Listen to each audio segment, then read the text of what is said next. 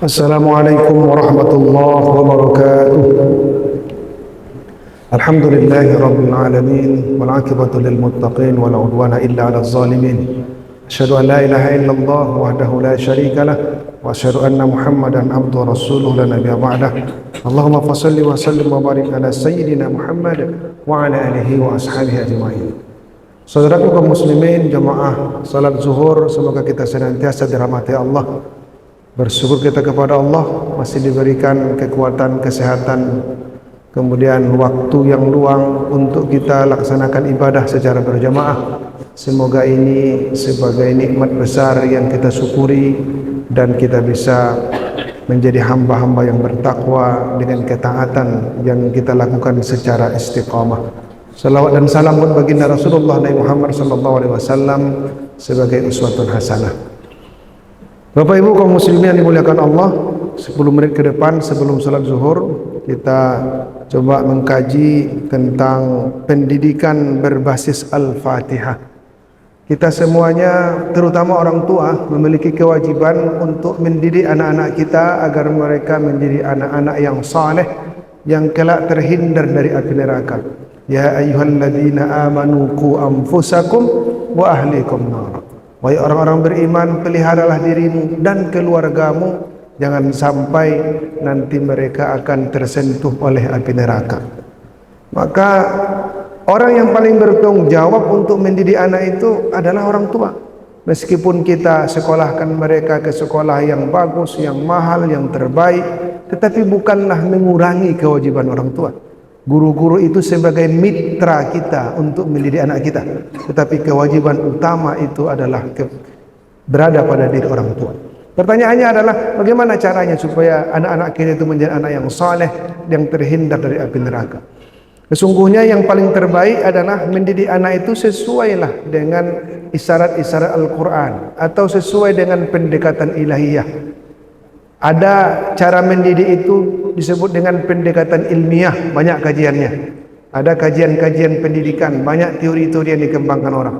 Ada yang pendekatan alamiah, secara alami naluri kita punyalah bagaimana harus menyayangi dan merawat anak-anak kita. Tetapi sebagai seorang mukmin, kita juga harus mendidik anak itu dengan pendekatan ilahiyah, sesuai dengan apa yang ditunjuk atau yang dituntun oleh Allah Subhanahu wa taala melalui Al-Qur'an dan juga hadis Rasulullah sallallahu alaihi wasallam. Tentu sangat banyak sekali sebenarnya ayat-ayat dan hadis yang mengisyaratkan tentang ini. Satu di antaranya adalah ketika kita pertama membuka ayat Al-Qur'an ini, maka surah pertama itu adalah surah Al-Fatihah. Dan Al-Fatihah itu adalah induk dari ayat-ayat Al-Qur'an dan banyak sekali isyarat dan pelajaran yang terdapat di situ, termasuklah pendidikan. Kalau kita pahami Al-Fatihah ini dari perspektif pendidikan, ini juga bisa kita pahami bagaimana kita mendidik anak-anak kita dengan memahami, mengamalkan pesan surah Al-Fatihah. Ada 7 ayat, paling tidak ada 7 pesan dalam konteks mendidik anak. Pertama adalah Bismillahirrahmanirrahim, dengan menyebut nama Allah yang Maha Pengasih lagi Maha Penyayang. Maka marilah kita didik anak-anak kita itu dengan bismillah. Visinya itu karena Allah. Niat kita itu mendidik anak itu karena memang ini perintah Allah.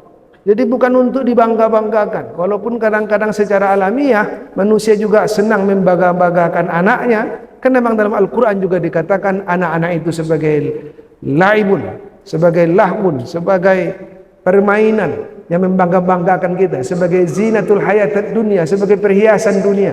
Maka secara alami banyak orang yang membangga-banggakan anaknya. Tetapi kita memiliki keturunan, ingatlah itu adalah amanah Allah. Maka didiklah mereka dengan nama Allah dan untuk Allah.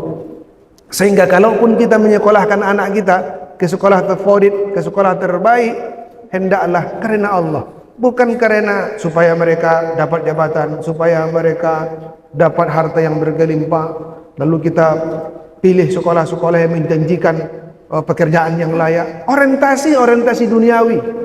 Ini keliru besar. Akhirnya anak-anak kita sibuk menjalani profesinya, kehidupannya hanya untuk uang, hanya untuk jabatan, tetapi jauh dari Allah. Nauzubillah min zalik. Kalaupun anak-anak kita mendapatkan keutamaan berupa harta, jabatan, itu hendaklah sebagai fadilah saja, sebagai keutamaan orang-orang yang beriman dan berilmu. Bukankah Allah mengatakan yarfa'illahu alladziina aamanu minkum walladziina utul ilma darajat. Allah angkat derajat orang yang beriman dan berilmu itu. Maka iman yang pertama.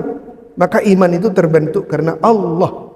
Jadi didik anak kita, niat kita itu karena Allah. Bismillah. Satu. Yang kedua, alhamdulillahi rabbil alamin. Segala puji bagi Allah, Tuhan pencipta alam semesta. Maka didiklah anak kita itu dengan rasa syukur. Alhamdulillah, bentuk syukur. Bagaimana sifat orang yang bersyukur itu?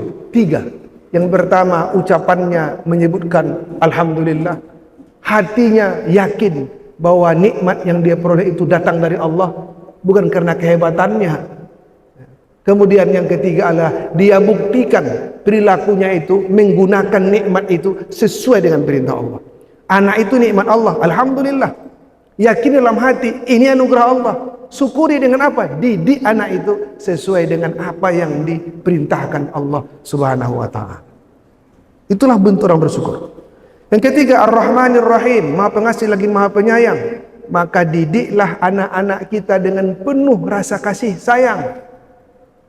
Suatu ketika Rasulullah mencium cucunya Hasan Husain, kemudian dilihat oleh Al-Aqra bin Habis At-Tamimi, seorang sahabat.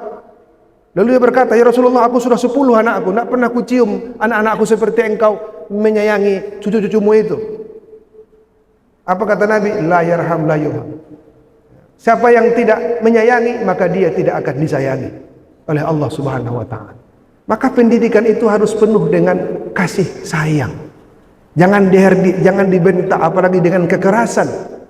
Karena Rasulullah tak pernah mempraktekkan itu. Tak pernah Nabi memukul anaknya, tak pernah Nabi membentak cucunya, tak pernah. Penuh dengan kasih sayang.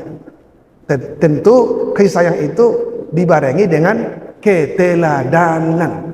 Kalau sudah orang tuanya jadi teladan, memperhatikan anaknya dengan baik, penuh kasih sayang, insya Allah anak itu tak akan nakal itu. Maka akan muncullah potensi energi positif dari anak itu. Berikutnya, Malik Yaumiddin, yang menguasai hari pembalasan. Maka didiklah anak kita itu berorientasi akhirat, jangan dunia. Kalaupun dapat tadi dunia itu, ya sebagai keutamaan seperti disebutkan di awal tadi. Tapi didik anak-anak kita itu dengan visi yang jauh ke depan, bahwa apapun yang kau peroleh pasti dipertanggungjawabkan di akhirat kelak nanti. Jadi tidak sekedar mencari sesuatu yang menyenangkan di dunia ini, tapi ingat di balik itu pasti akan dipertanggungjawabkan. Maka sejak kecil anak-anak kita itu harus kita dorong mereka, berikan rasa itu, bahwa apapun yang mereka lakukan pasti dipertanggungjawabkan, pasti berdampak di akhirat. Pendidikan orientasinya akhirat. Iyyaka na'budu wa iyyaka nasta'in. Hanya kepada Allah kita menyembah dan minta tolong. Didik anak kita dengan ibadah dan doa. Biasakan beribadah. Kata Nabi, 7 tahun anakmu suruh salat. 10 tahun tak mau juga salat, pukullah dia. Jangan lihat perintah pukulnya, tapi lihat perintah menyuruh salat 3 tahun. Dari 7 sampai 10. Karena memang perkembangan otak anak-anak itu disitulah masa yang paling cemerlang. Dalam fikir disebut dengan tamyiz. Bahkan di sekolah-sekolah pun anak SD itu 7 tahun umurnya.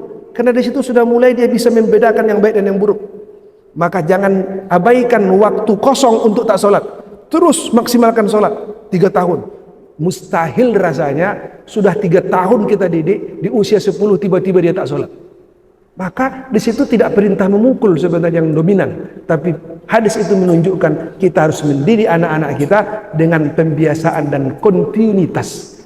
Lalu biasakan dia berdoa kepada Allah Subhanahu wa taala. Apapun keinginan dan persoalan hidupnya, kita ajari anak-anak kita untuk menyerahkan diri sepenuhnya kepada Allah. Ihdinas siratal mustaqim. Beri kami jalan yang lurus. Ini maknanya istiqamah. Didik anak kita itu beragama itu bukan musiman.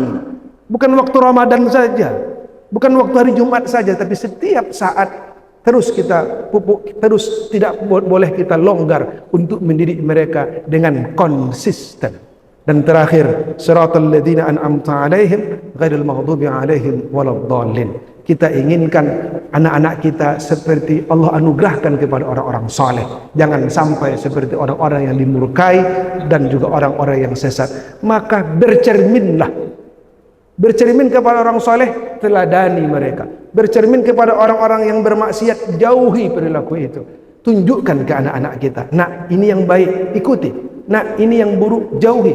Dengan demikian, insya Allah anak-anak kita juga akan mengidolakan orang-orang yang soleh, bukan mengidolakan ahli maksiat.